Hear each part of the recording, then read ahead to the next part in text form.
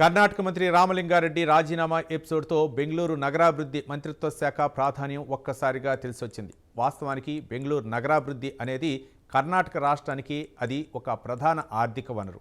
కర్ణాటక ఆదాయంలో సింహభాగాన్ని అందిస్తోంది సదరు మంత్రిత్వ శాఖకు ఇంతటి ప్రాధాన్యం ఏర్పడటానికి దీని పరిధిలోని ప్రభుత్వ సంస్థలే ప్రధాన కారణం అంటున్నారు విశ్లేషకులు. ఇదిలా ఉంటే గతంలో అనేక మంది కర్ణాటక ముఖ్యమంత్రులు ఈ శాఖను స్వయంగా పర్యవేక్షించారు.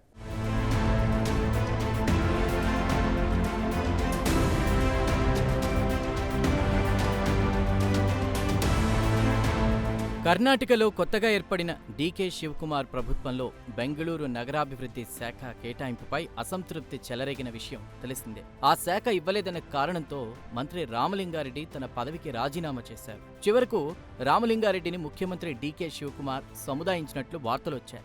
అయితే దీనిపై రామలింగారెడ్డి నుంచి ఎటువంటి ప్రకటన రాలేదు.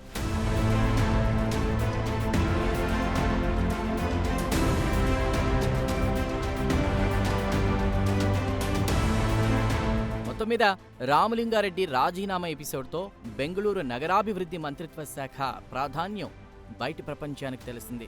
బెంగళూరు నగరాభివృద్ధి శాఖ అంటే అనేక మంత్రిత్వ శాఖల్లో ఒకటి అని చాలామంది కన్నడేతరులు ఇప్పటివరకు భావించేవారు. అయితే బెంగళూరు నగరాభివృద్ధి మంత్రిత్వ శాఖకు ఉన్నటువంటి ప్రాధాన్యం తాజాగా రామలింగారెడ్డి రాజీనామా ఎపిసోడ్తో బయటి ప్రపంచానికి కూడా తెలిసింది.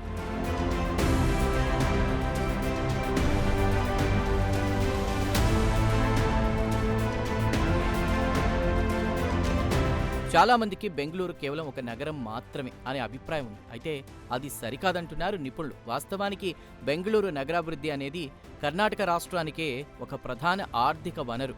కర్ణాటక ఆదాయంలో సింహభాగాన్ని అందిస్తోంది సదరు మంత్రిత్వ శాఖ. అంతేకాదు ప్రతి ఏడాది వేలాది కోట్ల మేర ప్రభుత్వ, ప్రైవేటు పెట్టుబడులను ఆకర్షిస్తోంది.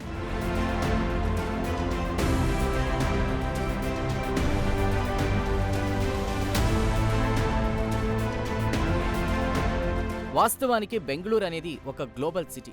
ఈ గ్లోబల్ సిటీకి సంబంధించిన మౌలిక సదుపాయాలు, హౌసింగ్, రవాణా, పట్టణ ప్రణాళిక వంటి కీలక నిర్ణయాలన్నీ బెంగళూరు నగరాభివృద్ధి మంత్రిత్వ శాఖ పరిధిలోనే జరుగుతాయి.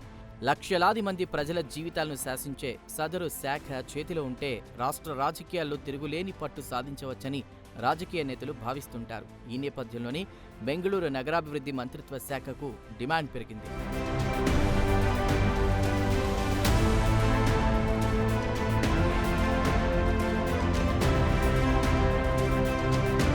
అంతేకాదు సదరు మంత్రిత్వ శాఖకు ఇంతటి ప్రాధాన్యం ఏర్పడడానికి దీని పరిధిలోని ప్రభుత్వ సంస్థలే ప్రధాన కారణం.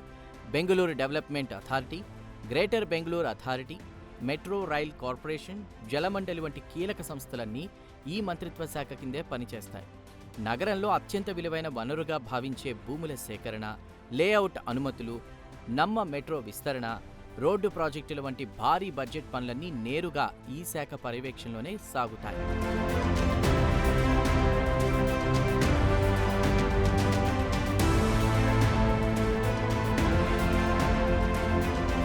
గతంలో ఇంతటి కీలకమైన బెంగళూరు నగరాభివృద్ధి శాఖను ముఖ్యమంత్రులు లేదా ఉప ముఖ్యమంత్రులే తమ దగ్గరే పెట్టుకునేవారు. 1999-2004 మధ్య ఐటీ రంగం పుంజుకుంటున్నప్పుడు అప్పటి ముఖ్యమంత్రి ఎస్ఎం కృష్ణ స్వయంగా ఈ బాధ్యతలు చూశారు. ఆ తర్వాత బిఎస్ యడియూరప్ప, బసవరాజు బొమ్మాయి, కుమారస్వామి వంటి ముఖ్యమంత్రులు దీనిని తమ వద్దే పెట్టుకున్నారు. గత సిద్ధరామయ్య ప్రభుత్వంలో డీకే శివకుమార్ డిప్యూటీ సీఎంగా ఉంటూ ఈ మంత్రిత్వ శాఖ బాధ్యతలు నిర్వహించారు. 2015లో సిద్ధరామయ్య హయాంలోనే కేజే జార్జ్ ఈ మంత్రిత్వ శాఖకు పూర్తిస్థాయి తొలి కేబినెట్ మంత్రిగా బాధ్యతలు చేపట్టారు.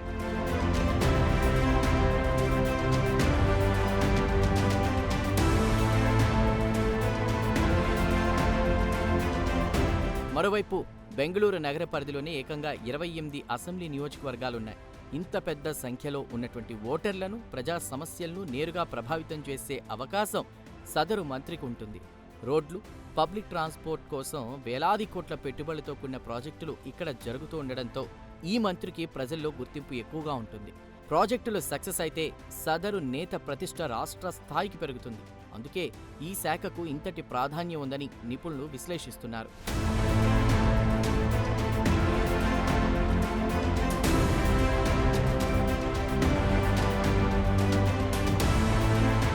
ఏమైనా బెంగళూరు నగరాభివృద్ధి శాఖకు ఉన్నటువంటి ప్రాధాన్యం అంతా ఇంతా కాదు.